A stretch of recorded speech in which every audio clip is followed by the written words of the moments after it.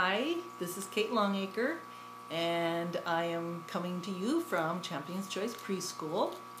This is not live, it's a pre-recorded message. So I just wanted to talk with you a little bit. The other day I was watching a webinar on brain development and some things that I knew before, but it's kind of some new information. And every time I hear this kind of stuff, I think people should know this. More people should know this. And so that's why I'm making this little video, and also why I'm in this business. Because it's so important for the children to get the learning early so that their brain has the best possible chance to be engaged and to develop cognitively. And anyway, so back to the webinar. They were talking about language and literacy and reading. And children start learning language like before they're even born, while they're still in the womb, and they can hear sounds, and that's the beginning of them processing. They hear soft sounds, loud sounds, and they hear, talking. So that's the beginning of their language development. And language is a natural process. You don't have to sit your child down and drill them on learning how to talk. They just automatically begin to make sounds and mimic the sounds that we make and put two and two together and kind of figure out what these words and these sounds mean. So language is natural. There are certain parts of the brain where language is developed, and they are stimulated, just naturally. Okay, I already said that, but anyway. So about 85% of the brain's language development happens before a child is 3, which is quite amazing. And that's, pretty average. So it's really important to read to them really early and, have conversations back and forth so that they can, pick up more language. The vocabulary, amount of vocabulary, that they can pick up before they're, 3. And then, of course, by 6, they have developed the core of their personality, their character, their love for learning, the things that make up who they are, is usually developed by the time they're 6. And that's why they say it's so important to get children into a preschool program before they get into kindergarten, because if that kindergarten year, if they're not really ready and it's a negative experience, that negative experience will become part of their character, and they will carry that on through life. And that's, another one of the things they were talking about in this webinar is that the expectations of kindergarten are so high now that if a child doesn't come into kindergarten at where the school would like them to be, the children will automatically recognize that they're behind. They'll know that they don't have the answers, and depending on their personality, usually they will think they're stupid. They didn't have the answer. And they don't know that it's okay to not have the answer. And sometimes quite often, they'll just shut down and they won't ask questions and they won't want to participate because they didn't know. And they'll get angry and have fits, and, you've seen it. I've seen it.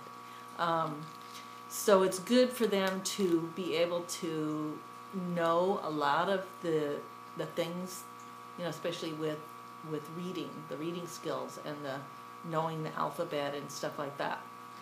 So language is natural, but reading is not. Reading actually takes 3 different parts of the brain to work together.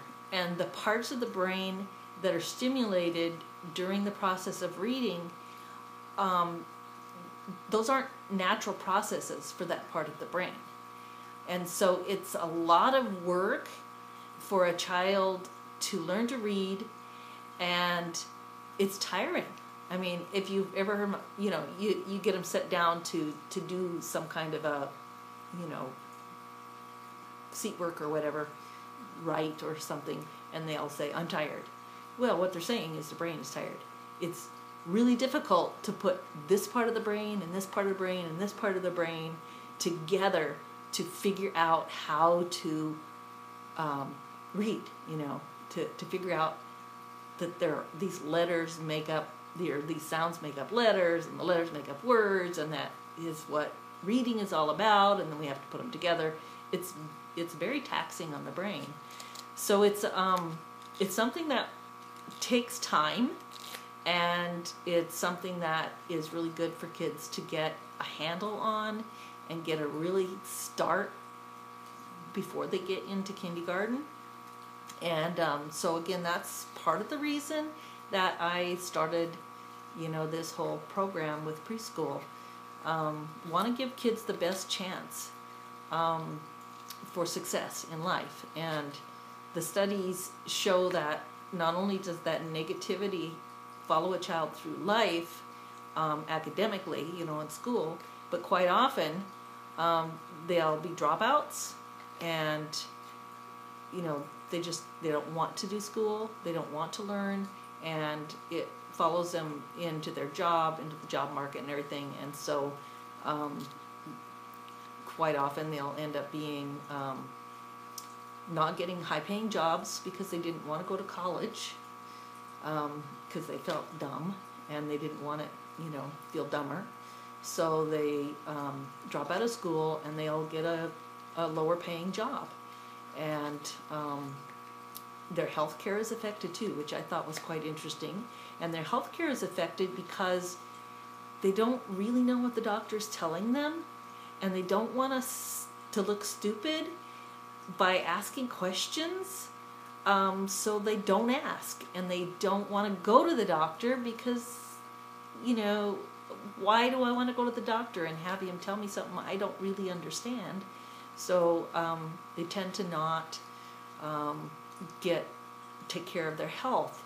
So there's a lot of ramifications that can happen when we don't get a good start in life with our education. Not that every child is going to be there. Some children will be overcomers. But I don't want to take that chance. I wouldn't want to take that chance of not getting my kid the best possible start in life. So, yeah, and so part of the reason I'm doing this is that academic part and getting kids a good start in life and helping them to develop their character and all of that early on, being self-reliant, being able to be self-controlled and not depending so much on outside forces to manage their behavior. So, in other words, when they're playing together and one child takes a toy from another, instead of having a parent or somebody come in and break it up and decide who's right and who's wrong, children learn to work out the problem themselves and come up with some solutions so that nobody's really right or wrong. They just decide, okay, how can we solve this problem? We can share, we can take turns, we can do some other things. And that just helps build character and helps them to learn to think of others instead of just themselves. Which brings me to the Christian aspect of the program. And it is a Christian school. And I do teach and encourage kids to follow the golden rule, love others the way you want to be loved, treat them the way you want to be treated. If you want to be first, let them go first, that kind of thing. And yeah, and I guess for me that is like the number one reason, because I think that, obviously, because I am a Christian, I think that is the most important decision that they will ever make in life, is choosing to worship God and to accept Christ as their Savior. Because honestly, when they're standing before the Lord, He's not going to want to know if they know calculus, or if they have a high-paying job in some multi-million-dollar company. He's going to want them to know one thing: did you love the Lord? Did you believe the word that He sent? And that's kind of where it's at. So anyway, 10 minutes, kind of a long video. Sorry about that. But yeah, I just felt that was important for you guys to know and to think about in thinking about your children and their future and their education. So thanks for listening. See you next time. Bye.